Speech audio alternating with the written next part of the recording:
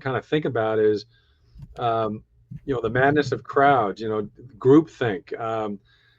There's something to be said for when you're hearing all these kind of headlines, you're seeing them, you're reading them.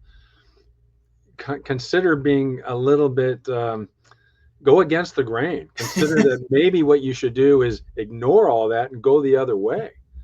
And I think this environment is exactly well suited for that. I mean, again, there's more listing inventory.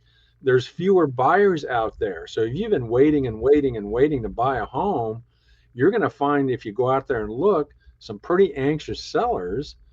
And because you don't have as many cases where you're going to make an offer on a house and be competing with 8 or 10 other buyers, you may end up being the only offer. You put that together with an anxious seller where her listing's been on the market for 60, 75 days. Guess what? Put all that together and you can negotiate some pretty darn good terms on your financing, if you're using financing, to get that deal into escrow. So I think now really, and I know it's a phrase that's overdone.